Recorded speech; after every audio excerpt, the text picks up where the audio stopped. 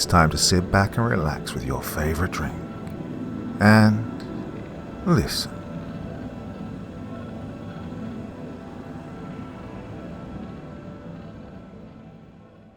I'm an engineer on a remote Texan oil rig. Strange things are happening. By Augustus Cordoba. Part 1. The rotors chopped slower and slower until the chopper finally kissed down on the helipad. 3 hours of getting slammed around over the Gulf of Mexico had left my legs like wet rope. When I stepped out, the offshore platform rose in front of me like some steel monster crawling out of the sea. Vast, loud, and alive with heat and metal. In over 18 years of oil work, I'd never seen anything this size. This wasn't just a platform, it was a goddamn fortress. I slung my duffel bag over my shoulder and started toward what looked like a processing station. 2 men with assault rifles moved to block me, their faces stone cold. Not the kind of security you slap on a regular rig. ID and authorization, the taller one barked, hand out like a loaded weapon. I handed over my credentials and transfer papers. Jeff Montana, senior drilling engineer. He scanned my info with a handheld, then stared into my face like he was trying to read my thoughts. His partner kept his eyes fixed on the water, not me. That was strange. Out here, the threat usually came from inside, but not this time. Clear, the tall one said, passing back my papers. Follow the yellow line to processing. I followed it through steel corridors, past keycard scanners and cameras that blinked like predators in the dark. The deeper I went, the less it looked like a rig and more like a classified lab or black site military base. Doors reinforced, labeled with levels of access, most stamped authorized personnel only, in big angry letters. At the processing booth, a woman behind bulletproof glass didn't look up as she took my prints and scanned my eyes. Then she slid a keycard through the slot. Level 2 clearance, she said, flat as a corpse. Don't try any doors marked 3 or higher. I gave her a nod and pocketed the card. Who do I report to? Foreman Kurt McClure, East Wing, Operations. She pointed in the direction. Kurt McClure looked like he'd seen combat in places no one talked about. Mid-40s, grey hair cut short, posture like a Marine. He barely glanced at me when I stepped into his office. Montana, he said, and this was not a question. He tapped his tablet. North Sea, Kazakhstan, Palmer rigs. Yeah, your resume's solid. Why'd you take this posting? Most foremen didn't give a damn, as long as you could hold a wrench and keep quiet, but his question was loaded. Triple the pay, I said, and curiosity. The job description was, let's say, thin. His eyes narrowed. We value discretion. Your contract includes an NDA for a reason. But he didn't elaborate, just went back to the screen. Right, you'll bunk with Dale Glover.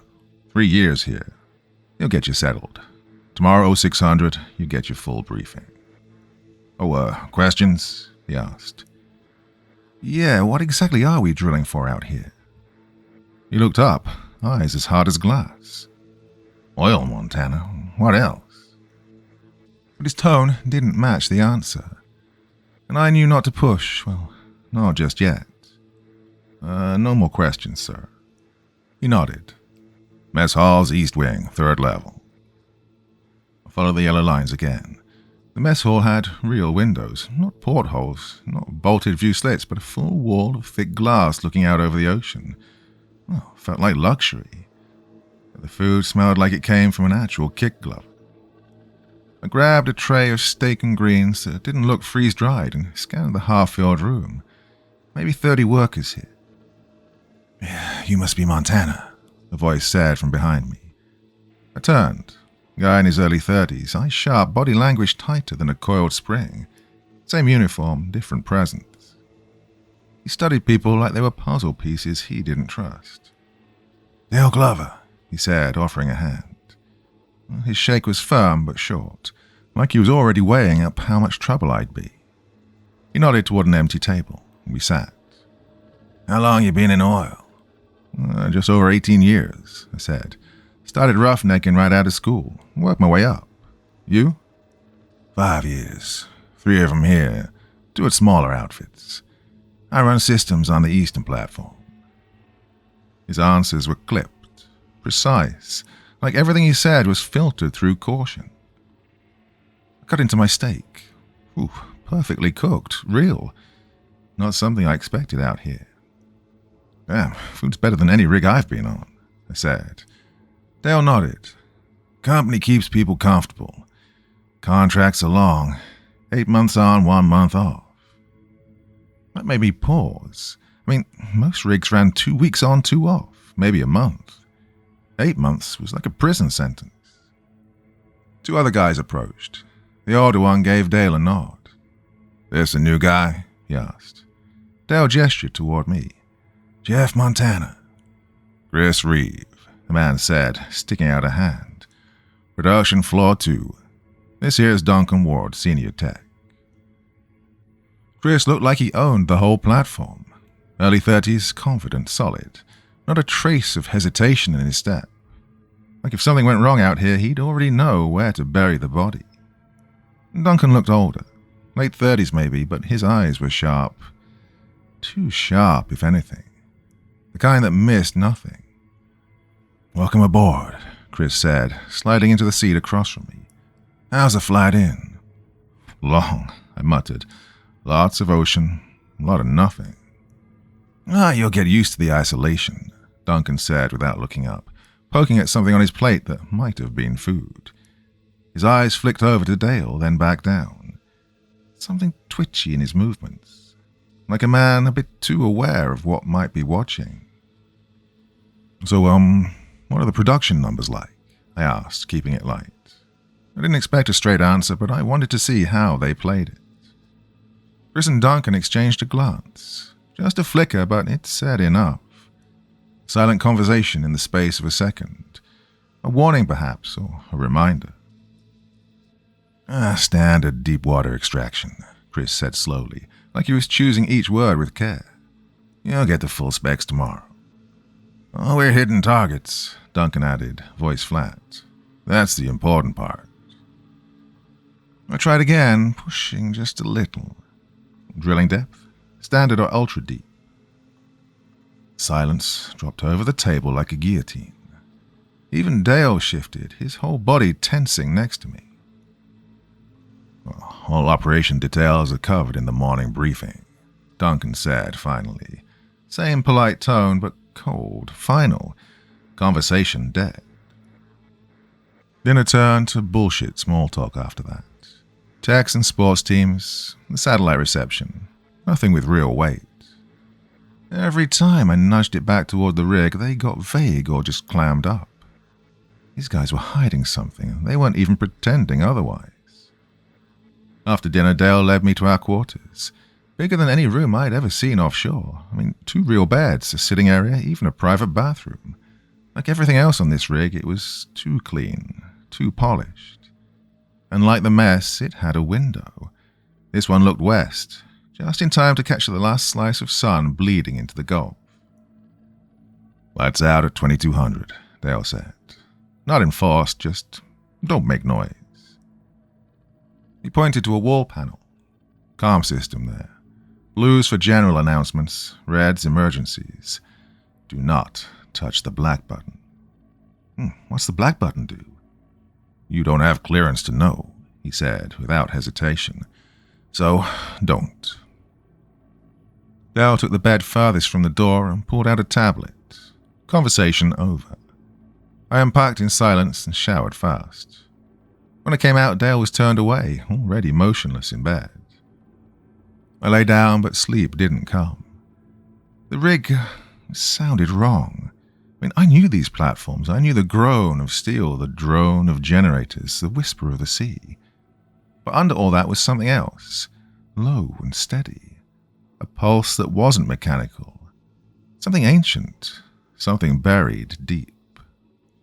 I got up and looked out the window. No moon, just the rig's floodlights carving into the dark. But the ocean, the ocean didn't reflect. The lights hit it and just vanished, like the water absorbed it, drank it down, leaving a perfect circle of darkness around us. The pulsing grew louder, not just in my ears, through my ribs and my spine. Something down there was huge and alive and, well, I pressed my face to the glass, trying to see what the dark was hiding. For a second, just a second, I swear I saw it. Not waves, not shadows. Something moving. Something solid. Then it was gone. Behind me, Dale spoke, his voice cutting through the quiet like a blade. Don't look at the water too long. So he hadn't been asleep after all. It's, against rig protocols, he said. Why? I asked, turning around. He sat up, face unreadable in the half-light. Look, you should sleep. Morning briefings at 0600. You'll need to be sharp. He turned away again. Conversation definitely over. I lay back down, but sleep just didn't come. That rhythm below us kept beating in my bones.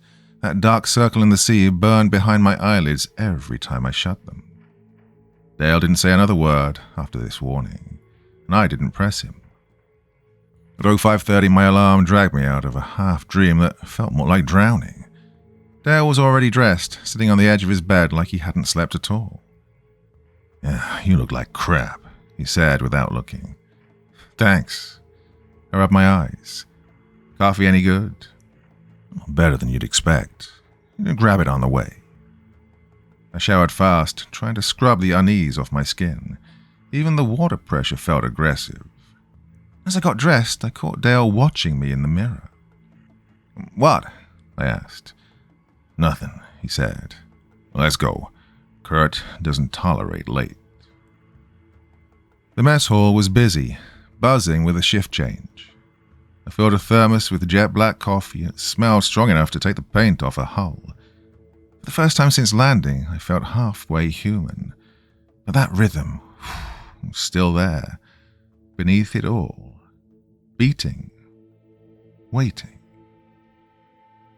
Dale led me through a maze of metal corridors that echoed with a low, constant hum, like the rig itself was alive and muttering to itself. The air was stale, thick with oil and something else I couldn't quite place. We reached a large conference room, already half full. 20 men and women sat in silence, faces blank, eyes forward. Kurt stood at the front, scrolling through a tablet like a priest about to deliver bad news. He looked up when we entered, checked his watch and muttered, 5 minutes, like a threat. I slid into an empty seat next to Chris, who gave me a nod that didn't reach his eyes. The coffee in my hand was hot and bitter.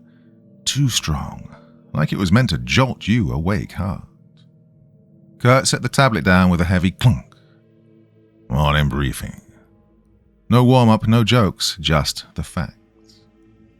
Before assignments, he said, pressing a button on the console. A reminder of where we are.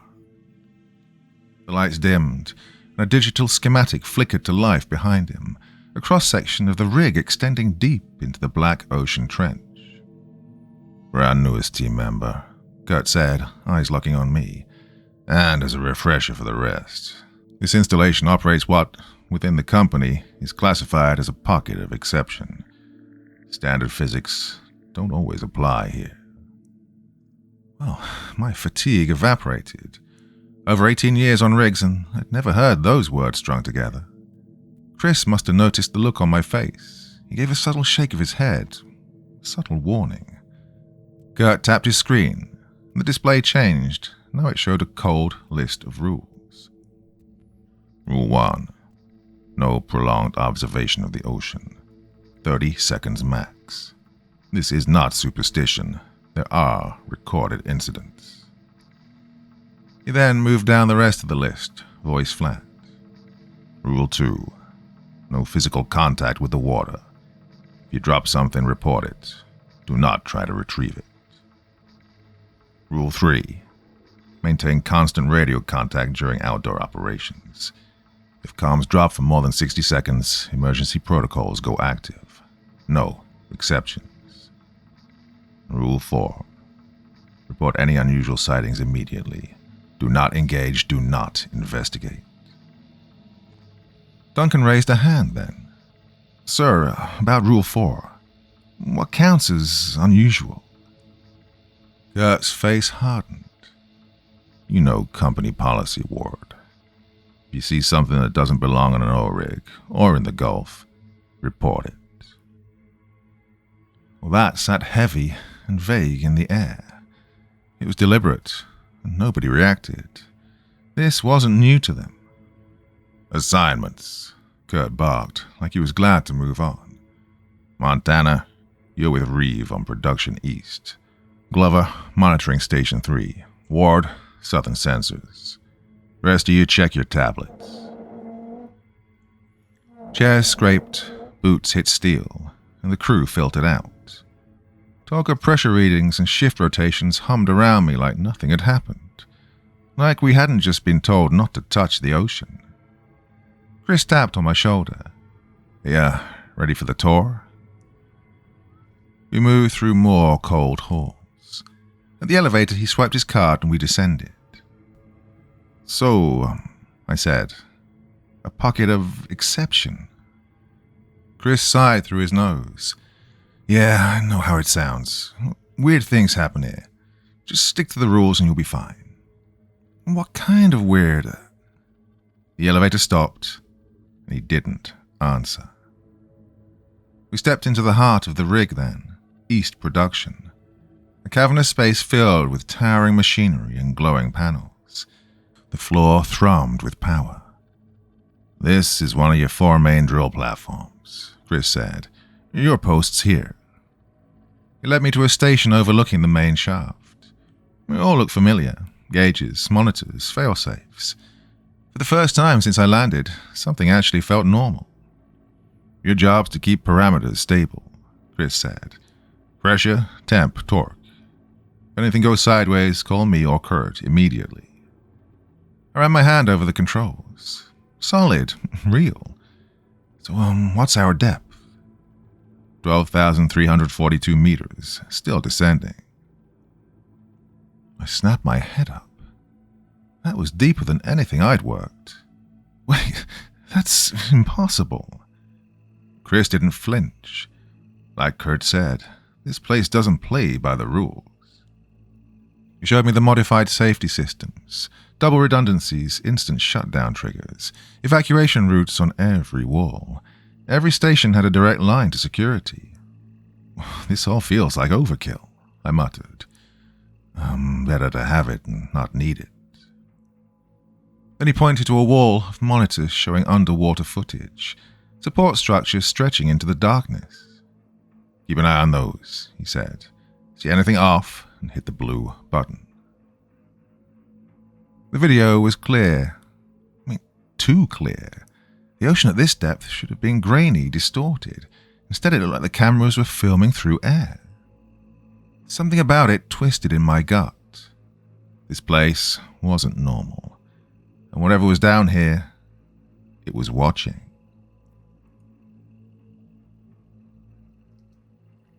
Part 2. Hey, what's powering these cameras? I asked, staring at the feed.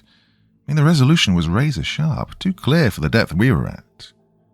Proprietary tech, Chris said, his go-to response whenever something didn't sit right. We moved on, weaving through the production floor. I kept clocking things that didn't belong. Hardened plating where there shouldn't be any. Equipment rigged like it was bracing for an impact that had nothing to do with the weather. Reinforced bulkheads near water access points.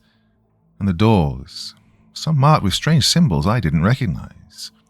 They weren't OSHA, that was for sure. Around noon, Chris led me back to the mess. It smelled like real food, not rig slop. I grabbed a tray and sat across from Dale, who was eating alone. How's the tour? He asked. Informative, I said, no emotion in my voice. Good gear? Well, looks like it.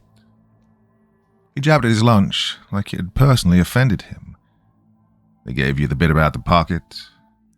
Yeah, you believe that? Doesn't matter what I believe. The rules keep you breathing. He lowered his voice then. Crew turnover's high. People vanish. 5 gone last month. No morning, no goodbye, just reassigned, supposedly. I thought about all the tight security and the rifles, the way everyone avoided talking about the ocean. Transferred where? Dale shrugged. Company's got sites all over. Some volunteer, others, He trailed off then, changed the subject. Food's good though, right? After lunch, Chris showed me more of the rig. By shift's end, my head was buzzing. None of this added up. What kind of oil platform drilled deeper than physics should allow? What kind of outfit needed guards with rifles and warnings about the water? Back in my quarters, I showered. Dale was gone, so I had the room to myself. I stared out the window, tracking the time. The ocean was black, seemingly endless. Shadows moved, guards walking the perimeter, rifles at the ready. But they weren't looking outward. They were watching the sea. Something shimmered on the horizon. A boat, cutting in fast from the east. Lights bright, small, not a supply ship, looked more like a research vessel. Equipment stacked along the deck. I watched it close in, wondering what kind of science they were doing out there. Dale came back just as I stepped away from the window. "Yeah, research ship's coming in," I said. He glanced out and didn't even flinch. "Yeah, they come and go. Part of the operation." What kind of operation needs both drillers and scientists? No answer. Just climbed into bed. So did I. But again, sleep didn't come easy. The pulsing from below, the low throbbing vibration of the rig, it was louder tonight. Somehow meaner. I lay awake listening, picturing dark water and pale faces just beneath the surface, guards pacing, eyes locked on the waves. By morning, the research vessel was gone. No trace of it. But on the walk to breakfast, I spotted new hardware being bolted onto the southern platform. Big industrial-grade stuff. I hadn't been there yesterday. 3 days in, and they put me on night shift. East platform. No warning, no prep. 1 minute I was finishing lunch, the next I was waving off the day crew and watching the sun die behind steel railings. Night out there was different. The hustle and noise gave way to silence that pressed in around you. The mechanical hum of drills and generators was the only sound. With the crew gone, the platform felt like, a tomb. I made my rounds. Gauges held steady. Too steady. We were drilling at impossible depths. 12,358 meters and counting. And every time I thought about it, my stomach turned. We were down where we shouldn't be. Past the crush point, into the unknown. And Chris's words came back to me. Pocket of exception. At 2 a.m., I did a full sweep, writing down maintenance checks, eyes scanning for anything out of place. Being alone gave me too much time to think. The weapons, the silence, the new gear on the south side, all of it circling in my head like sharks. By 3 a.m., the silence felt thick enough to choke on. I poured myself some coffee, the kind that tastes like mud and keeps your blood moving, and wrote down the hourly metrics. We'd gone deeper. The drill hadn't stopped. At exactly 3:17 a.m., a scream ripped open through the rig. Human. Raw, close. I stood so fast I spilled my coffee, the mug clattering across the console as the screaming continued. It was high, panicked, and then cut off like someone had thrown a switch. The silence crashed down again, heavier than before. And just like that, I wasn't alone anymore. The screams came again, raw, ragged, full of something worse than pain. Fear, real fear, the kind that makes your skin crawl before your brain can even catch up. I grabbed the radio. "This is Montana, East Production. Screams lower deck, copy?" Only static, and then, "All personnel remain at stations. Security responding." Kurt's voice, clipped and cold. The radio still in my hand, I listened. The screaming didn't stop, it was worse now. Shouting mixed in. Protocol said stay put unless ordered. Well, screw protocol. I hit the stairs, boots slamming metal two at a time. The lower deck was a coffin of wind and steel, the outside walkway wrapping the platform like a noose. I shoved open the bulkhead door. The air hit like a gut punch, wet, cold, reeking of salt and oil. And then I saw it. 3 guards surrounded a guy near the railing. It was Mark, I think, one of the drill team. He was on his back, clawing at the deck, eyes bulging like something inside him was trying to get out. 2 guards gripped his arms, straining to pull him back. The third had a harpoon gun leveled at the sea. "Hold him!" someone shouted. Mark's body jerked toward the railing, like something under the water had a hook in his spine. One guard lost his footing and scraped across the deck, boots shrieking against the steel, and the other 2 were barely holding on. "What the hell's happening?" I yelled, moving toward them. "Get back inside," one guard barked, eyes never leaving the water. Well, the harpoon fired, and the shot slapped the ocean, and then the surface came alive. It was bubbling, churning, something huge moving beneath. It wasn't a shark, not anything I'd ever seen in the ocean, just darkness, shifting, watching. Mark screamed, a sound that didn't sound human anymore. One guard lost his grip. The last one couldn't hold him. Mark slid like dead weight toward the rail, his heels smearing blood across the deck. And then he lifted, like something had just picked him up. He went over the edge without a splash, and the water took him like it was hungry. And then silence. The sea went flat again, smooth as glass. "Man overboard!" the guard barked into his radio. "East platform, lower deck." More guards came running. Then Kurt appeared beside me, sweat on his face despite the cold. "Inside, now," he ordered, voice flat as stone. "Lockdown protocols are in effect." I didn't move. "That wasn't normal," I said, the words dry in my throat. "That thing took him, it... Inside." Kurt's grip clamped down on my arm like a vice. "Now." Then the PA crackled to life. "All personnel, return to quarters. This is not a drill." Guards posted up at every junction, herding us in like cattle. Through the corridors I heard more chatter. Boats being lowered, teams assembling, search zones marked off in tight, practiced language. When I got back to my room, Dale was already there, fully dressed, sitting on the edge of his bunk. No surprise on his face, just something tired behind his eyes. "What happened?" he asked, voice level like he already knew. "A guy named Mark got yanked overboard. Something in the water took him.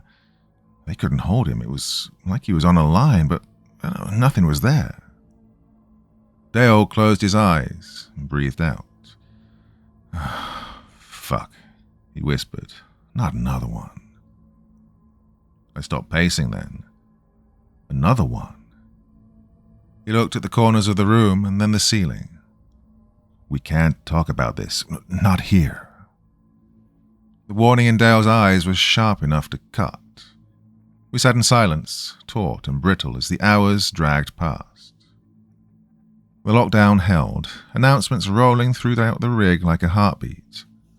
"All non-essential personnel remain in quarters." Over and over. Then at 07:43, the PA crackled again. "Attention all personnel. Lockdown protocols have been lifted. Day shift may proceed to normal duties. Night shift will remain on extended duty until further notice." Dale stood without a word. "Well, they found him," he said, voice flat. "How do you know?" "They always do." He didn't look back. "Come on, breakfast." The mess hall was packed, but quiet in a way that made your nerves itch. Conversations barely above whispers. Forks scraping metal trays, heads turning when someone new walked in. Every face wore the same tight mask. Then Kurt appeared, stepping to the front of the room. His voice cut through the bars like a blade. "Attention." Silence fell throughout the room. At 03:17 hours, crew member Mark Haynes suffered an epileptic seizure while working on the east platform. During the medical event, he fell overboard. After an extensive search, Mr. Hayes was recovered approximately 2 miles from the installation. He's alive and receiving medical attention. He'll be transferred to a mainland hospital later today. I nearly choked on my coffee. Epileptic seizure? That wasn't even in the same universe as what I'd seen. I looked around the room, waiting, hoping to catch a glance, a flicker, anything that said someone else saw through this lie. Nothing.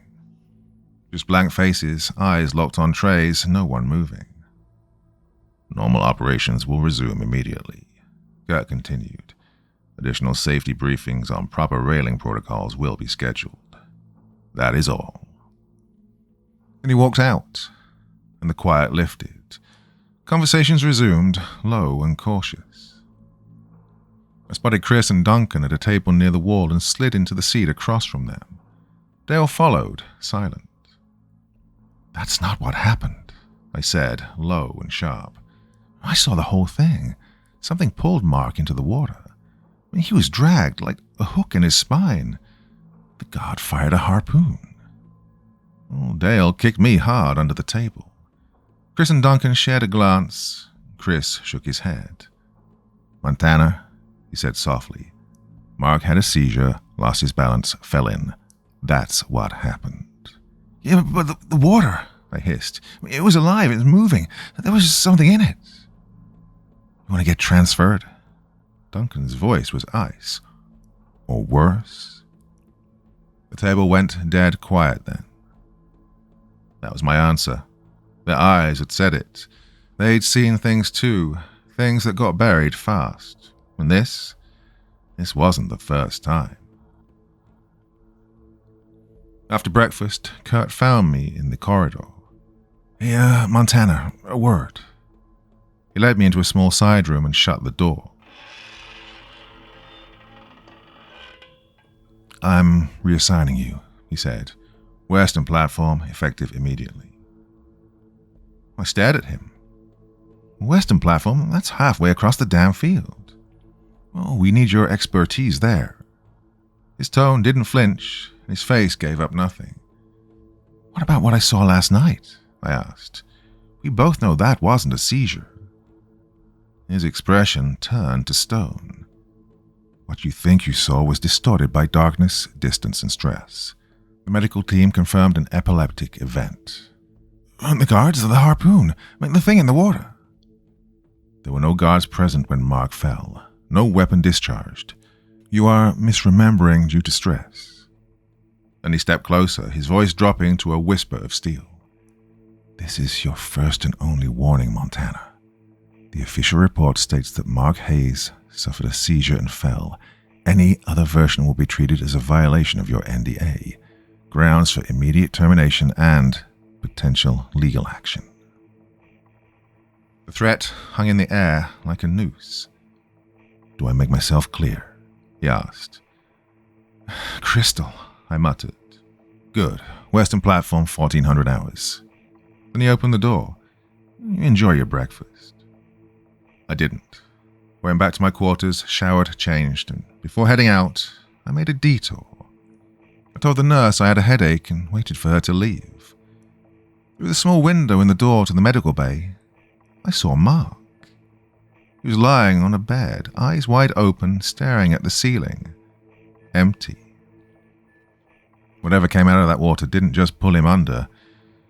It brought something else back. His body didn't move, except for the slow mechanical rise and fall of his chest.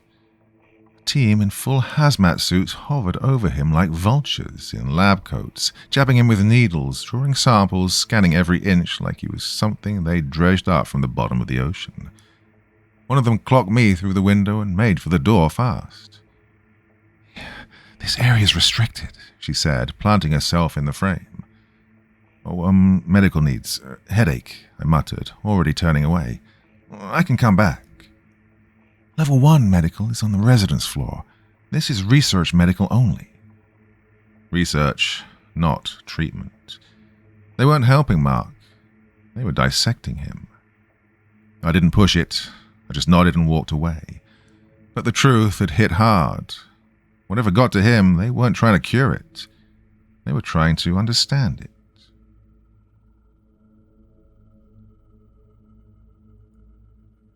Part 3. At 1400, I reported to the Western platform as ordered. The new supervisor rattled off a briefing like it was any other day. Same drill monitor, same fake steady pressure readouts, same impossible depth they kept digging into. I nodded, played along, took my seat at the console. Outside the reinforced glass, the sea was slate grey and dead still. In the distance, a helicopter dropped onto the rig like a bird of prey. Medical staff wheeled a gurney across the deck. Something was strapped down beneath a sheet. Mark, they said, bound for a mainland hospital. But I watched the chopper climb, bank, and vanish toward open ocean, not land. Same route the research vessel had taken 3 days earlier. Well, the rig changed after that. Not on the surface, and the coffee still tasted like rust and chemicals. The overhead fluorescent still hummed with that maddening buzz. But something underneath, something in the bones of the place, was different. Tighter. Meaner. On the second morning, a helicopter came in before dawn. 4 men stepped out, moving with the kind of precision you only see in trained killers. Black tactical gear, sidearms worn openly, no names, no smiles, no radio chatter, just quiet murmurs into their comms. By the third day, the east platform had been gutted. At least 8 regulars gone. The guys who worked Mark's shift vanished like smoke. Hey, where's Alvarez? I asked Chris in the corridor. Alvarez had been beside Mark at the console when it happened. Chris's eyes flicked to the security cam bolted to the ceiling. Oh, emergency transfer, family thing, he said, voice flat. And Glover? Rodriguez? Same, he said, already walking faster, eager to get away. After my shift ended, the pain behind my eyes felt like nails grinding through my skull. I used this and made it work for me. I walked to the sea-level medical bay, swiped my keycard and hit the intercom. Medical, came a woman's voice. State your purpose. Jeff Montana. Headache. Won't go away. The lock buzzed and I stepped in. It looked normal enough. Fluorescent lights, cabinets, exam tables. A nurse sat behind a desk, flipping through something on a tablet. What's the problem? She asked. Headache, I said. Started this morning. It was getting worse. She pointed at an exam table. Have a seat. I'll get you something. Then she turned her back, and as she fumbled with vials and pill bottles, I scanned the room. There, a second door slightly ajar at the back of the bay. I saw the edge of a hospital bed inside. Restraints dangled from the frame. Hey, mind if I hit the bathroom first? I asked, voice calm. She gestured without looking. Through there. When she turned again, I moved. 3 steps, silent and fast, and I slipped through the half-open door. The space beyond wasn't medical. It was something else, something colder, sharper. Blinding white lights glared off machines I didn't recognize, all angles and tubing, monitors that pulsed with erratic data streams, alien in shape and sound. A low constant buzz filled the air like a swarm of hornets in a steel box. At the center of it all, a hospital bed. Mark, strapped down, eyes wide open, staring straight at the ceiling. Only he wasn't blinking. His pupils were blown out. Black and bottomless, and his skin had this strange plastic sheen, and underneath it, thick black lines writhed like veins filled with oil. He didn't look alive. He didn't look dead. He just looked wrong. A woman in a white lab coat stood beside him, casually drawing blood from his limp arm, one hand scribbling notes on a tablet, totally absorbed, until her eyes met mine. Then they widened fast. This area is restricted, she said, stepping in front of me like a switchblade snapping open. You need to leave now." Behind me, the nurse appeared, her voice clipped. "Sir, the bathroom is the other door." "Oh, sorry, wrong door," I muttered, feigning confusion while stealing one more look at Mark. His chest didn't move. Not really, not like it should. There was no rhythm, just stillness dressed in wires. The nurse's grip tightened around my arm. "This way, please." Back in the front exam area, she shoved 2 white pills into my hand, along with a paper cup of water. "Take these now, and I'll give you more if the pain doesn't go away." I swallowed them dry. Behind her, the researcher hit something on her desk. A button, red and quiet. Probably an alarm. "You should return to your quarters and rest," the nurse said, already ushering me toward the exit. I didn't argue. In the hallway, I moved fast toward the residential block, my mind racing. Mark wasn't being healed. He was being dissected, studied, and whatever had happened to him, it wasn't just a near drowning. That night, when Dale finally walked into our room, I couldn't wait. "Look, we need to talk about Mark." He froze, eyes scanning the ceiling before answering. "I don't know what you mean." "I saw him today in the medical bay. He's still here, strapped down like some goddamn experiment." Dale moved to the sink and cranked the water on full blast, and then leaned in close. "Not here," he hissed. "They listen." "Who?" "Everyone." His eyes flicked upward. "Mark isn't the first. There were 3 others, just this past year." "Pulled into the water?" He nodded, barely. "Look, the company says accidents, emergencies, but it's always the same. They're taken and no one talks. Or if they do, they don't stick around long." "And the others? What happened to them?" "They, never came back." He shut the water off hard. "Look, that's all I'm saying. We should go to dinner now." The mess hall felt off that night. Words hung in the air like they'd been pre-approved. Conversations came in stutters, long silences. The new security team sat alone, watching the room like wolves at a petting zoo. Oh, and nobody mentioned Mark, or the others.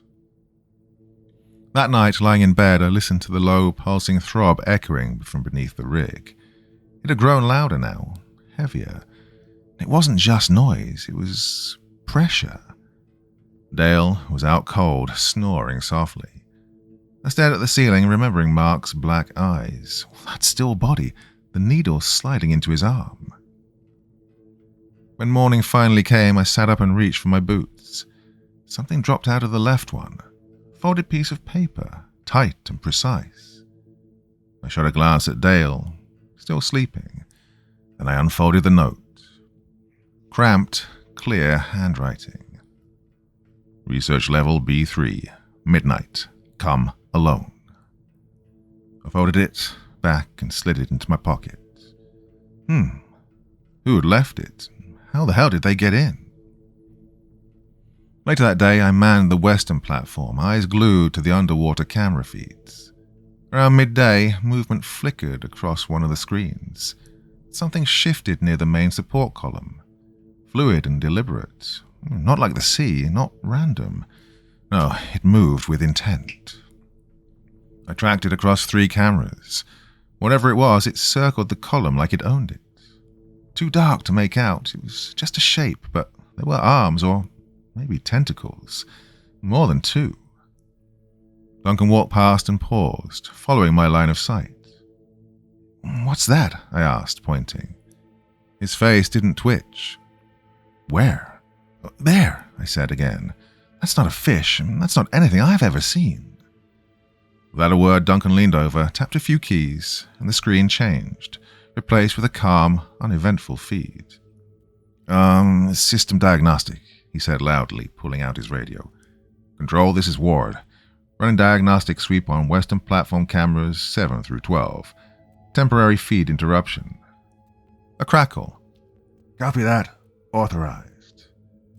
And then Duncan turned to me, stone-faced, and said, "Well, Sometimes the underwater feeds get interference. That's what they always said. Nothing to worry about, he muttered. That wasn't interference, I said. Something was moving down there. He didn't even blink. Just tricks of light in the water. Happens all the time. Then he turned and walked away, but not far, just enough to plant himself at a nearby console, close enough to keep an eye on me. I tried pulling the original camera feed back up. It was locked. My access had been restricted. They'd seen what I saw, and now they didn't want me seeing anything else. The rest of the shift, I moved like a ghost, eyes on dials and monitors, but mind somewhere else entirely. On the note in my pocket, research level B3, midnight, come alone. I'd never seen B3 on any facility map. That meant it was real and hidden, a place buried beneath the rig that required more clearance than I had and probably came with a death sentence if you were caught poking around. Security had been tighter lately. More eyes, more guns. That didn't matter. Something was happening here. Something bad. People weren't getting injured. They were disappearing, being taken, studied. I decided to go to B3. Whatever they were doing down there, whatever was reaching up from the deep, it was worth the risk to find out. On this rig, the truth could save your life, or it could end it. A boom snapped me out of sleep, 2:37 a.m. Then an alarm screamed, 6 seconds of high-pitched panic, and then cut off, leaving a silence that felt unnatural. Dale's bed was empty. I shoved my feet into my boots, half-laced, and stepped into the hallway. Emergency lights painted everything in blood-red shadows. No shouting, no movement, just silence. Where there could have been chaos, there was only dread. Well, the smell led me. Smoke, metal, something wet and rotting underneath. I turned the corner and froze. William. He was sat against the wall. One hand clamped over a wound at his neck.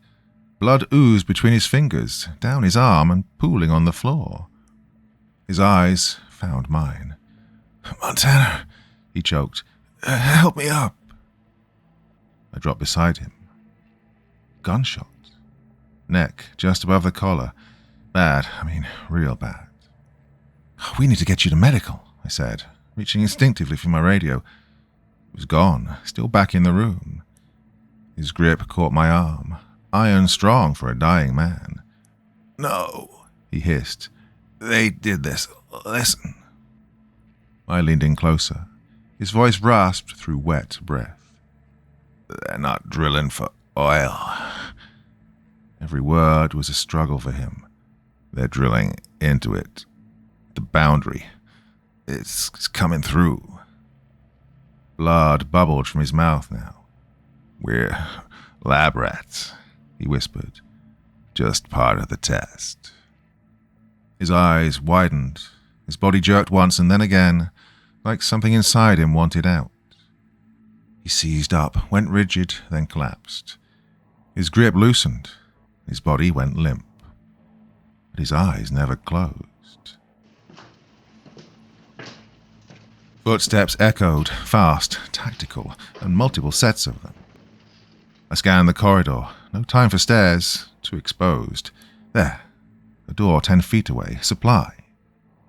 I lunged, slipped inside just as the team rounded the corner. Through the narrow crack in the door I watched. Kurt and 2 guards flanked him, weapons out. They approached the body. One checked William's pulse and shook his head. Kurt spoke into his radio. "Subject W compromised.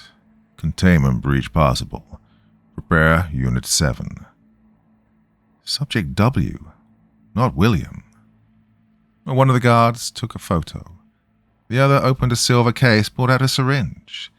He knelt and jammed the needle into the wound in William's neck. "Full cleanup protocol," Kurt said coldly. "I want this corridor sterile by morning briefing." They hoisted the body up like it was trash. And just like that, William was gone. erased. His arms hung limp, head tilted back like a broken doll as they dragged him off. Kurt trailed behind, muttering into his radio, too quiet for me to catch, but cold enough to chill my spine. I waited, crouched in that suffocating dark, until the last of their footsteps vanished into silence. Then I eased the door open. Oh, the hallway was dead again, except for the blood. A thick pool, still wet, like the corridor itself, was bleeding. It was all that was left of William. I pulled out my phone, hands trembling, and took a series of photos. Blood pattern, location, the stairwell sign in frame. Proof. If I was next, someone had to know this wasn't just paranoia. Back in my quarters, I sat on my bunk, phone in one hand, the other clutching the note still burning a hole in my pocket. Research level B3. William's last words played over and over in my head. They're not drilling for oil. They're drilling into it. What boundary? What breach? Why the hell did Kurt call him Subject W? Sleep never came. Dale still hadn't returned. I stared at the ceiling until the lights flicked on, signaling shift change. Morning arrived like nothing had happened. I showered, dressed, and stepped into the corridor. The blood, gone. Not cleaned, erased. Well, the floor gleamed, sterile, too perfect. Not even the faint chemical sting of bleach in the air, just the cold gleam of denial. The mess hall buzzed with idle chatter. Scrambled eggs, burnt toast. Laughter that didn't belong in a place where someone had just bled out in the hallway. I sat with Chris and Duncan and tried to act normal. Hey, you guys seen Dale? I asked, forcing casual. Chris shook his head. Not since yesterday's shift. Duncan didn't answer, just sipped his coffee like it was his last connection to reality. At 07:30, the daily briefing started. Kurt stood at the front of the room, flawless as always, tie straight, expression unreadable. He went through production stats and maintenance updates like everything was fine. No mention of alarms, no explosion, no corpse in the hallway. When he opened the floor, I raised my hand. The room tensed. You could feel it, like the pressure dropped a few degrees. Has anyone seen William today? I asked, locking eyes with Kurt. He wasn't at breakfast. Kurt didn't blink. There's no personnel by that name on this rig, he said, voice even, too even. Perhaps you were dreaming. Chris's shoulders twitched and Duncan stared hard at a loose thread on his sleeve. Oh, I saw him last night, I said louder, near the B-section stairwell. Kurt's eyes went flat. Mr. Montana, I'm concerned about your mental state. Isolation can play tricks on the mind. I suggest you report to medical for evaluation. Then he moved on, just like that. Like none of it mattered. I saw him scanning the room, taking mental notes of who looked uncomfortable. After the briefing, I made my way to the western platform. As I passed through the checkpoint, I saw them. 3 new guards. Not workers, not roughnecks. No. Military posture, eyes sharp. They stared at me a little too long, like they already had a file on me. The rest of the day, William's last words echoed behind every number I logged. They're drilling into it. Each tremor on the seismic readout, each pressure spike, each change in temperature. What were we really digging into? I didn't have answers, just the growing certainty that something monstrous was buried beneath us, and someone wanted it found. 1 week passed, no announcement, no funeral, no mention of William. He wasn't missing, he'd been completely erased.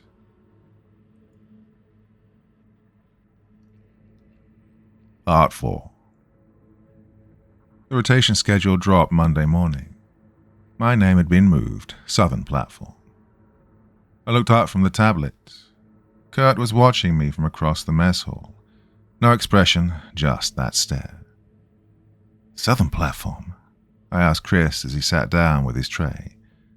He didn't answer right away, just chewed his eggs like they were rubber, buying time. Newer equipment, different monitoring parameters. Where they hauled the new gear last week? He glanced at the security camera on the ceiling. Stick to protocol, you'll be fine. That was it. That was all anyone would give me. Even Duncan, who usually fed me scraps of real info, suddenly had critical errands the second I walked into the room. Dale hadn't been back to our quarters since William died. His bunk was untouched, his scraps still in place. But he was gone. I mean, just gone. When my shift kicked off that evening, a security escort met me at the corridor, walked me in silence to the southern platform for orientation, Gert's orders. We passed through 3 checkpoints, each one tighter, more paranoid than the last. You're a temporary access code, the guard said, and handed me a black keycard. Valid only during shift hours. Surrender it the moment you're relieved. The southern platform wasn't just another drill site. It was something else entirely. The chamber opened up, massive, cavernous, bigger than 2 basketball courts. In the center, a circular machine disappeared into the floor. Not the usual rig gear. This thing had translucent tubes coiling through its frame, glowing with blue liquid that pulsed in sync with that low sound I'd been hearing since I got here. The guard pointed to a raised monitoring station overlooking the floor. You track pressure, log issues. You don't leave that post, ever. Emergency manuals on the console. And then he left. Door closed with a hiss, heavy, sealed.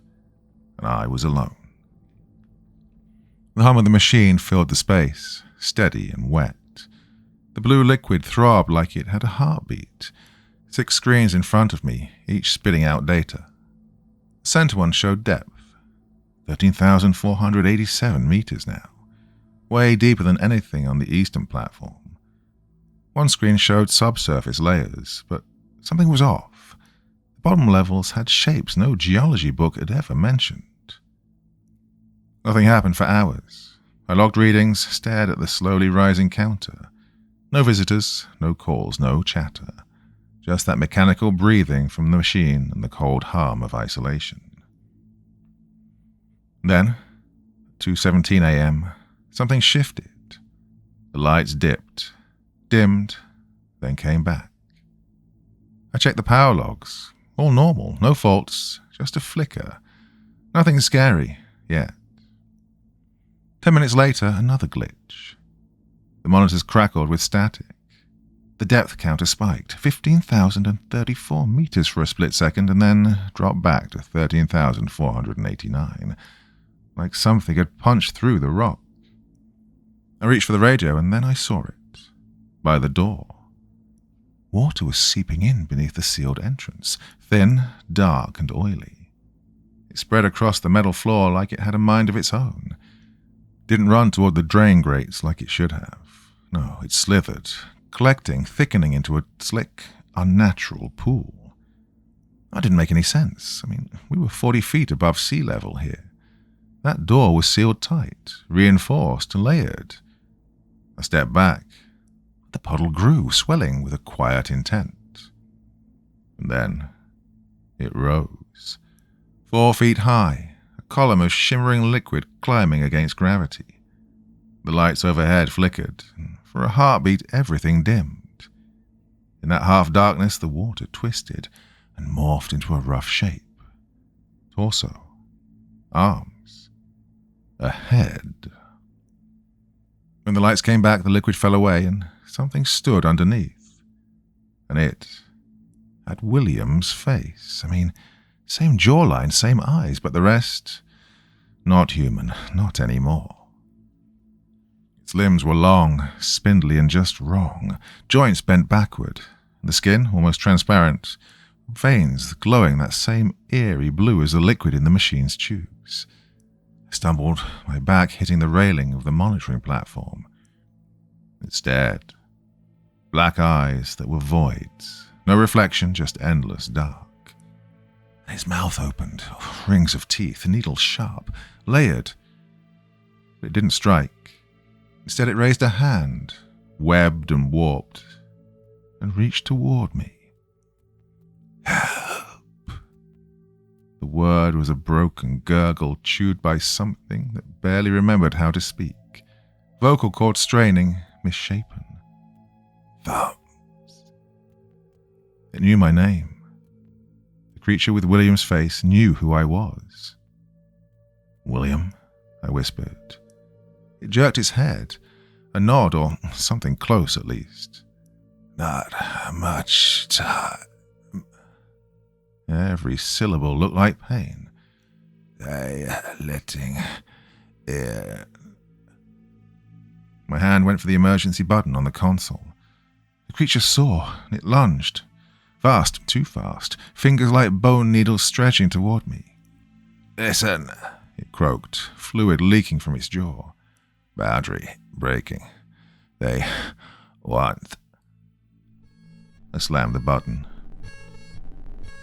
Alarms wailed instantly, and the platform was bursting into red light.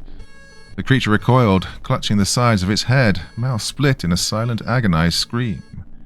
The door burst open. 4 security personnel stormed in, armored, faceless, armed with weapons I'd never seen, barrels wide, humming with blue energy. Containment breach. Target acquired, one barked into a radio. And then they aimed. The thing turned to me one last time. That face. Still Williams, trapped in a body twisted by something far from human. Find others, it rasped. Then they fired. No bullets, just concentrated pulses of searing energy. Blue lightning. All 4 shots hit at once. The creature convulsed, blue veins strobing like dying neon. It hit the floor, twitching violently. 2 more personnel rushed in, dragged a clear containment pod behind them, like a coffin filled with pale blue fluid. They loaded the thing inside and sealed the lid. The creature twitched a few more times, and then floated, still. Kurt stepped into the chaos like it was nothing, calm and stone-faced. He surveyed the mess, said something low into his radio, and then walked to me. I hadn't moved, still pressed to the railing, shaking. That was William, I muttered. He knew me. He was trying to warn me, something about a boundary. Kurt didn't react, didn't even blink, just reached into his pocket and pulled out a small black case. He popped it open with a soft click. Inside was a syringe filled with a clear, gleaming liquid. Standard protocol, he said, voice like dry ice. Mandatory sedative after contamination exposure. That thing had William's face, I snapped, words spilling fast and raw. He knew me, he spoke to me. What the hell is this place? What are you really drilling for? I didn't flinch, just gave a quiet nod to someone behind me. Hands clamped down on my shoulders, iron strong and unshakable. I twisted, fought, but they held fast. This will help you process the trauma, Kurt said, stepping forward with the syringe like it was nothing personal. When you wake up, we'll talk about your future on this rig. The needle sank into my neck. Ice-cold fire shot through my veins. The world blurred. Just before everything went dark, I saw them wheeling the containment pod away, William's distorted face pressed against the transparent wall, his black hollow eyes still locked onto mine. I came to under the hum of fluorescent lights, blinding and harsh. The ceiling tiles above me were off-white, stained with old water like the place had been bleeding from above. Pain pulsed between my eyes, a slow, mean throb. My limbs felt like wet sand. A line ran from my arm to a bag of clear fluid dripping slowly beside the bed. Welcome back, Mr. Montana. Kurt sat next to me, a tablet in hand, face stone cold but eyes sharp, tracking every move I made. How long? I rasped. My throat felt scraped raw. 12 hours, give or take. He tapped something on the screen. He'd been under observation since the incident on the southern platform. I tried to sit up, but my body didn't want to cooperate. William was there, I said, but Kurt cut in fast, smooth, rehearsed. William was not present. Our medical team attributes your episode to a stress-induced hallucination. Not uncommon. Isolation affects people in strange ways. Bullshit, I growled. It wasn't in my head. He knew me. He said something about boundary breaking. Kurt's eyes narrowed slightly then. First crack in the mask. He set the tablet aside and leaned in close. I see. A beat of silence. Then, in that case, there are things you need to understand. A doctor entered and checked my vitals. Silent, efficient. She even unhooked the IV and handed me a set of clean clothes. Then she vanished without a word. Kurt stood by the door as I got dressed. His back was turned, but his posture told me he was ready to snap into action at the first wrong move. Follow me, he said. We moved through a maze of corridors I'd never seen before, not part of the normal rig layout. Surveillance cameras watched every step. Guards posted at every junction, geared up with weapons that looked far beyond standard issue. Every door required Kurt's badge and a fingerprint. Each checkpoint buzzed and hissed open like we were walking deeper into a vault. We entered an elevator. Kurt swiped his keycard, then punched in a code. The panel lit up. Level B4. B4 is not on the facility map, I muttered. Kurt didn't say a goddamn thing. The door stood open to a corridor that didn't belong on an oil rig. It was clean and sterile, fluorescent white. Felt like stepping into the guts of something pretending to be human. He led me to a conference room. Long table, chairs lined up like soldiers. One wall, there was a screen, cycling through a polished corporate logo.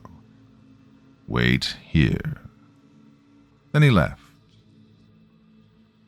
I sat alone for almost 10 minutes, watching, listening. This room was too quiet. High-end tech everywhere. Touchscreen table, noise-dampening walls, cameras tucked into every corner. This wasn't some offshore shack.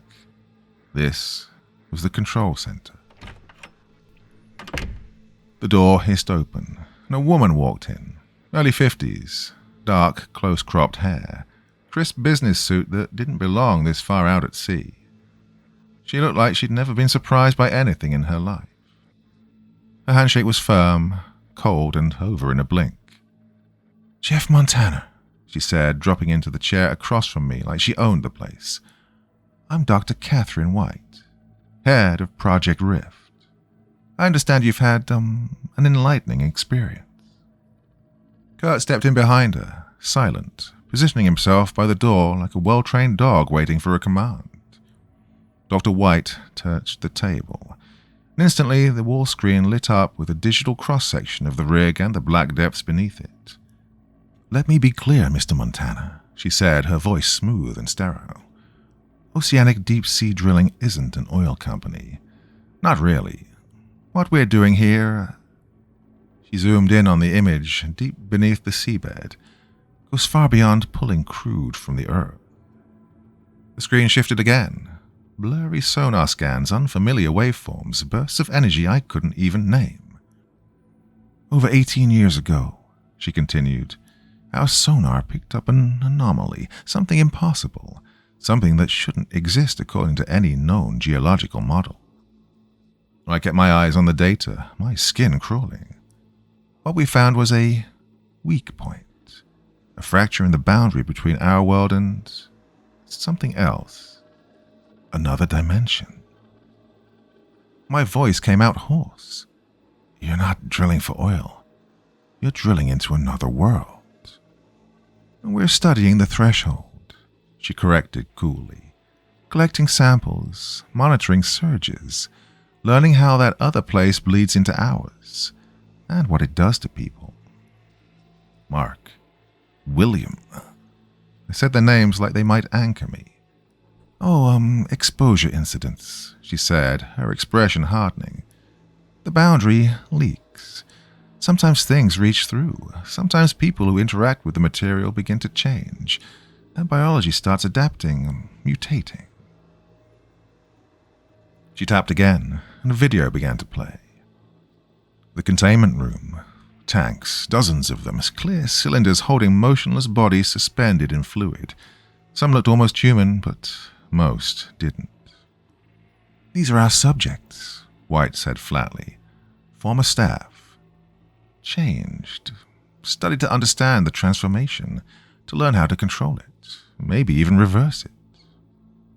I saw Mark. His eyes were open, watching, still alive inside that thing. Then another tank. The face I'd seen pressed against containment glass. William. You didn't shoot him, I said, the truth hitting me like a body drop. Correct, she replied without a shred of emotion. William was an early-stage case. Escaped containment. We tried to recapture him non-lethally. He resisted and became aggressive. What you saw on the platform was the next stage. She talked like she was reading a lab report, not describing a human being. You're experimenting on them. My voice started to crack with anger. We're learning from them, she said. Mr. Montana, the implications of what we've discovered are limitless. Materials that defy physics, biological regeneration, weapon systems that could neutralize any threat. We're on the edge of something far bigger than oil. She leaned in, her eyes sharp enough to cut. Which brings me to why you're here. Kurt shifted then, just enough to remind me I wasn't leaving without permission. You have seen too much, White said, which leaves us two paths. Option 1, you join the research team, full clearance, hazard pay. Well, your engineering skills would be useful. And option 2? I asked, already feeling the trap close in. Memory erasure. Reassignment to a different offshore rig. No recollection of Project Rift. No trace of any of this. Her tone didn't change, but her eyes told me everything. They weren't giving me a choice. They were offering survival.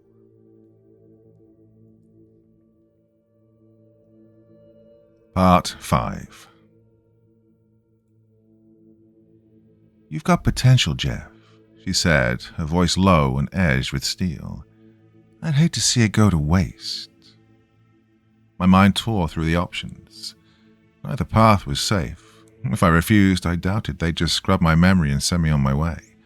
More likely I'd end up floating in one of those tanks, half human, half something else. But if I jumped at the offer too fast, they'd smell the desperation. This is a lot to process, I said, keeping my tone even, measured. I need time to think. The doctor studied me with those ice-cold eyes, then gave a short nod. You'll have until tomorrow morning. In the meantime, your clearance has been bumped. Level B2 access. Look through some of our low-risk research files. It might help, clarify things. She stood, but paused. One more thing, Mr. Montana. If you try to contact the outside world about what you've seen here, we'll know. And it will be handled fast. For everyone's safety. Kurt walked me back to my quarters, silent and watchful. The room felt alien now. The bed, the desk, the window. They belonged to another life. One where oil rigs were just steel and sea, not gateways to other realities. Dale's bunk was untouched, still no sign of him. I lay in the dark, replaying everything. The rig, the missing crew, the monsters. The pieces clicked into place with sickening clarity. They'd cracked open a door into something we weren't meant to touch. Now it was leaking through. I had to get word out, something real. Documents, video, proof. 1:47 a.m., I slipped out. B2 might be my only shot. The corridors were mostly empty, night shift skeleton crews keeping things humming.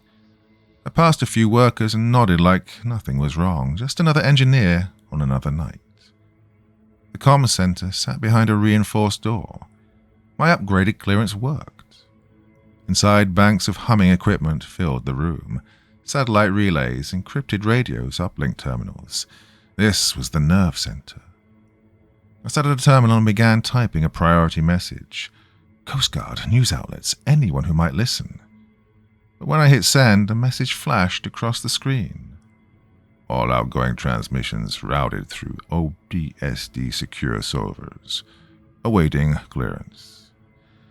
Of course, no open channels, no mistakes. I bailed on the message and dove into the internal systems. My engineering credentials still got me in. I searched for research files, and to my surprise, a lot of them were unlocked. Video logs of first contact with the anomaly, medical scans of mutating personnel, drafts of reports on how to weaponize this dimensional corruption. I plugged in my phone and started pulling everything I could. The progress bar crawled like it knew time was against me, and then footsteps. A sound in the hallway. I yanked the phone out, shoved it into my pocket, and brought up an equipment log on the screen. Just another late-night engineer checking diagnostics. The door creaked open, and a security guard stepped in, eyes narrowing when he saw me. Mr. Montana. I looked up, forced a calm nod. Yeah, just familiarizing myself with the systems. The doctor bumped my clearance. He tapped on his tablet and checked something. After a moment, he gave a curt nod. Next time, notify the night supervisor. Clearance or not. First time down here, I said. Won't happen again.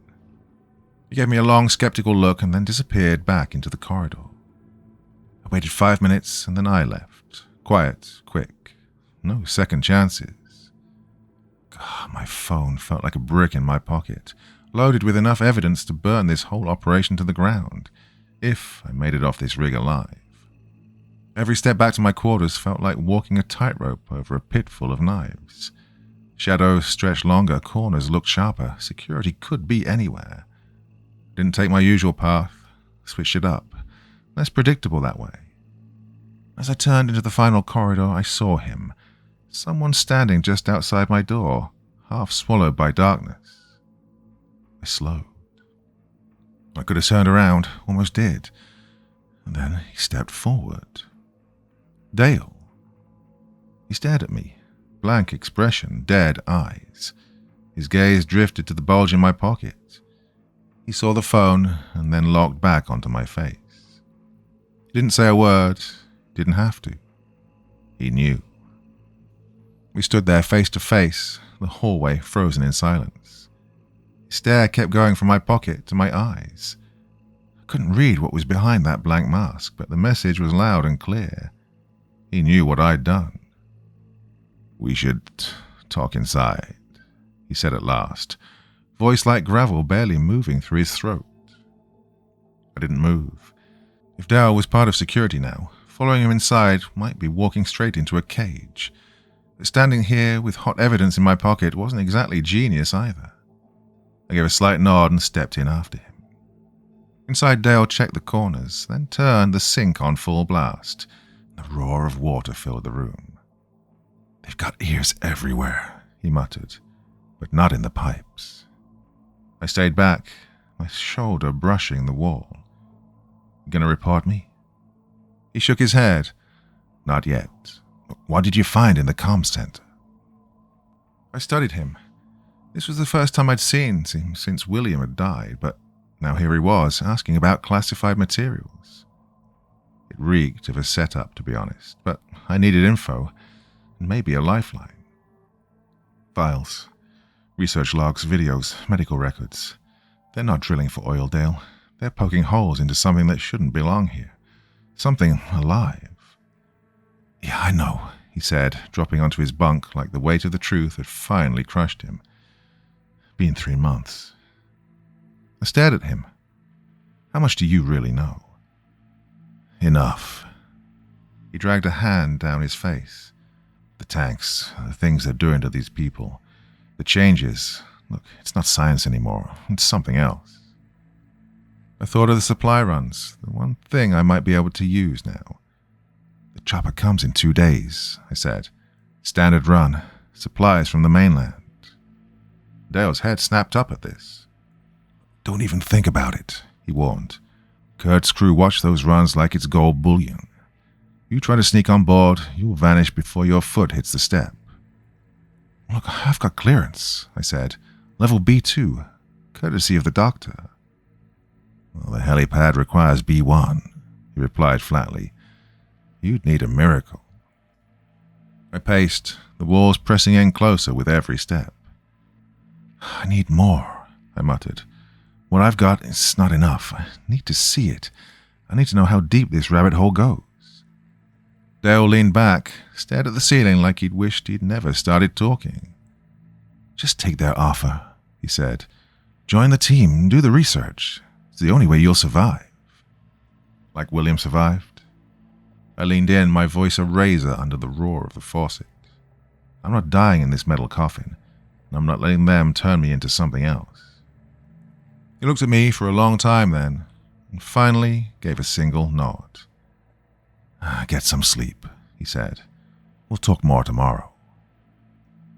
Again, sleep didn't come easy. I laid on my bunk, eyes wide open, mind slicing through plans, options, escape routes. I needed more evidence, hard proof, the kind you couldn't erase. I needed to get into the deeper levels, and somehow I had to get on that chopper. Sometime before dawn, exhaustion knocked me out cold. Morning hit like a sledgehammer. The daily briefing came fast, run by Kurt, who watched me like I had blood on my hands. No doctor. Her absence felt deliberate this time. Across the room, Dale kept his distance, never looked at me once, but I saw it in the way he stood, the way he moved. He hadn't forgotten. Neither had I. After the briefing, I made my move. Took the elevator down to B3, the research level. My clearance held. The doors hissed open, revealing a sterile white corridor humming with artificial light and paranoia. Most of the doors were locked tight, waiting for higher access than I had, but one, marked observation, clicked open with a dull beep. Inside the room was small, clinical. A wall-sized window stretched out before me, overlooking a cavernous lab below. Rows of towering containment tanks lined the space, each filled with an eerie blue luminescence. And inside, floaters. 24 of them, human, or at least what used to be. Some still had faces you could recognize if you squinted, just enough humanity left to make it worse. Pale skin, spiderweb veins just beneath the surface, fingers too long, eyes turning black as voids. Others were already gone. Twisted limbs, bones in the wrong places, skin stretched too tight or not enough. Just like William. A control panel at the window let me zoom in. I picked one tank in the back, and bile arose in my throat. Mark. Worse than the last time I saw him in the med bay. His body had stretched, joints warped like broken scaffolding, skin turned near transparent. But it was his eyes that froze me. They were awake, aware, and they were watching. Down in the lab, a technician approached his tank with some device. Marcus pressed against the glass, mouth moving in a silent plea. But the tech didn't flinch, just read numbers off a panel and walked away. I panned across the other tanks. Some held limp bodies, unmoving, maybe dead. Others thrashed slowly, like they were drowning in slow motion. One caught me, nearly unrecognizable, flesh warped and ruined. But its eyes locked onto me through the glass. It knew. Yes, it knew I was watching. I slipped out through a side door into an archive room. My clearance gave me just enough to rifle through cabinets marked with dust and secrets. Paper files, older than the digital records. I'd found the motherlode. Project Origin documents. They went back 30 years, long before the rig. A geological survey had found something, a tear in the fabric, dimensional instability. The first exposure changed 2 workers. Instead of sealing the breach, the company built this rig over it, designed to study the phenomenon. The files told the story in cold ink. Exposure created something new, transformative, powerful. No, they weren't drilling for oil. They were harvesting the unknown. Bioweapons, enhanced soldiers, materials that shouldn't exist. I photographed everything, every classified page, every forgotten report. Then I heard voices in the hallway. I jammed the files back into the cabinets and slipped through the back exit and emerged into the main corridor like I belonged there. The rest of the day I worked my assigned station on the western platform, hands moving but brain elsewhere. I couldn't stop seeing those tanks, those people, workers like me. One mistake, one breath too close, and you became a specimen. Back in my room, Dale was waiting. This time he turned on the shower, let the steam fill the space and mask our words. "You went to B3, he said. It wasn't a question. "How'd you know?" His look was tired and bitter. "'Cause it's my job to know. I've been assigned to monitor you since the day you got here." My hand went to my pocket. The phone was still there, the evidence warm against my skin. "Don't," Dale said. "I'm not here to stop you." "Then why?" He sat on the edge of his bunk like the weight of everything had finally caught up. "My brother was stationed here 3 months ago. Tech specialist, like Duncan. Started asking questions, same ones you did." The air felt thick now. "He was, exposed," Dale continued, voice hollow. "He said it was an accident. Containment breach during routine maintenance. By the time I pulled strings and got transferred here, he was already in one of the tanks." "Which one?" I asked, barely above a whisper. "Tank 17, far corner." His voice cracked on those words. "He still recognizes me when I visit. I think he does." Everything locked into place now. Dale's silence, his disappearances, the warning note, all of it had been pointing here. "That's why you left me the note," I said. "You wanted me to see it." He nodded. "I wanted someone, anyone, to know what we're dealing with down here." He looked up, and his face had changed. Grief, turned off, now replaced with something colder and harder. "If the chopper comes in tomorrow at 0800 for supply transfer, if we're getting you and that evidence off this rig, we'll need a distraction big enough to scramble security." "We?" "I can't leave," he said, voice flat. "They'd know I helped, but I can't make sure you get out." He pulled a tablet from under his bunk, screen flickering to life with the schematic of the rig. He pointed. "Primary power couplings here, level C1. If it blows hard enough, emergency protocols pull security from everywhere non-critical. That's your opening." I scanned the screen. "That's right next to the boundary, where they're drilling." "Yeah," he said. "Won't bust containment, but it'll light up every board on this rig, long enough for you to reach the helipad." He tapped another section. "They'll shove all non-essentials to the upper decks. You move with that herd, then cut off toward maintenance. There's a ladder system that gets you past the bottlenecks." "What about you?" Dale gave a dry, bitter smile then. "I'll be where I always am, fixing broken equipment. By the time they realize I broke it on purpose, you'll be halfway to the mainland." We spent the next hour going over every inch of the plan. Routes, alarms, timing. Dale knew the protocols like scripture, even how to trigger an alert without getting flagged by the system. I burned the layout into my memory. As we wrapped up, Dale locked eyes with me. "When you get out," he said, "make sure people hear the truth. Not just about the exposure and what it does, but about the ones they threw away. My brother, William, all of them." "I promise," I told him. "If there's a way to end this, I'll find it." That night we slept in turns, if you could call it sleep. I was too wired to close my eyes for long. Morning came, dressed in routine. Briefings, shift assignments, the low hum of machinery grinding in the walls. Nothing looked different. No one had a clue what we were about to set in motion. At 07:35, I was near the elevator to B3, pretending to run diagnostics. Dale was already gone, slipping towards C1 like a ghost in the pipes. 07:42, the lights blinked, once, twice, 3 times. Then all hell broke loose. Emergency in Section C1. All security personnel report to containment response stations. Non-essential personnel evacuate to upper levels immediately. This message looped as red strobes bathed the hall in pulsing crimson. I joined the flood of workers heading up, then broke off at a junction and slipped down a side corridor. My badge cleared the maintenance ladder. Like Dale said, the checkpoints were empty. The guards had vanished below, chasing a fire Dale had lit on purpose. By the time I hit the upper deck, the supply chopper was already spooling its rotors. Wind tore across the platform, whipping clothes and voices.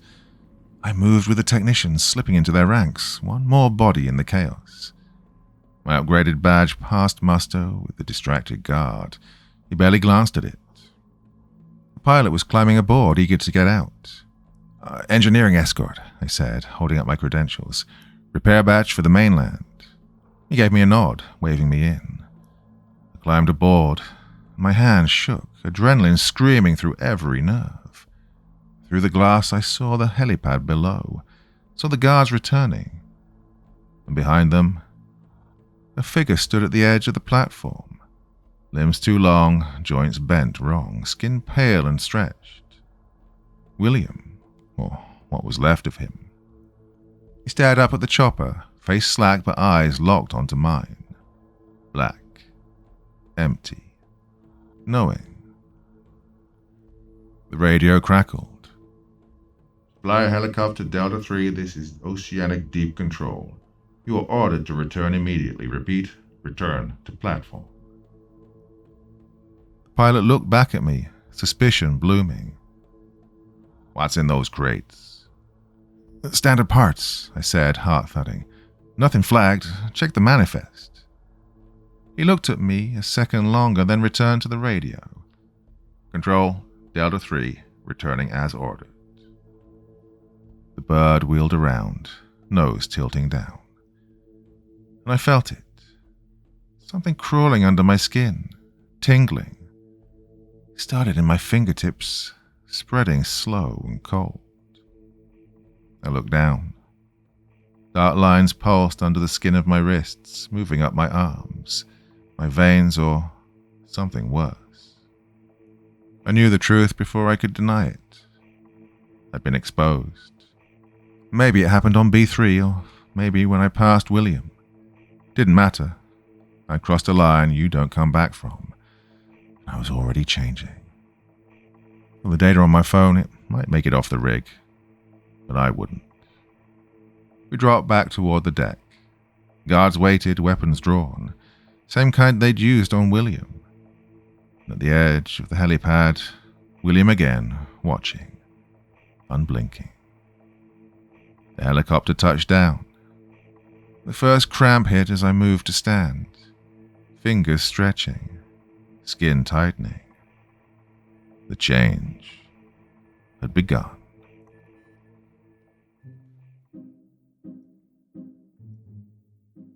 Well, my dear friends, it's been a long time since I've read one of those all in one go for you, and really it was a roller coaster ride. All the stuff I love, remote locations, strange stuff going on, rifts to other dimensions, all that kind of thing. Really hope you enjoyed that one. So I've been through my personal stuff and come out the other end, and it's been pretty tough for a few weeks to sort of concentrate on doing this, to be honest with you. But I don't know, new lease of life, anything like that, something like that. I don't know what I'm talking about. Recorded all this in one day, and it's, as always, my brain is gone. But I'm glad to be back doing these longer stories for you again after a while. So, thoughts, feelings, anything else you want to say in the comments below the video, and as ever, I'll do my best to join in the conversation. Feels good to be back, guys. Good to be back. Till the next time, hope you enjoyed that one, and you all sleep well, yeah?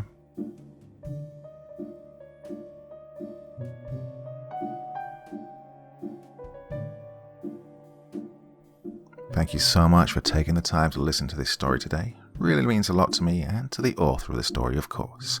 Well, if you want to know more about me, I'm pretty much everywhere on social media. You can find me on Facebook, Twitter, Instagram. You can download my music on SoundCloud.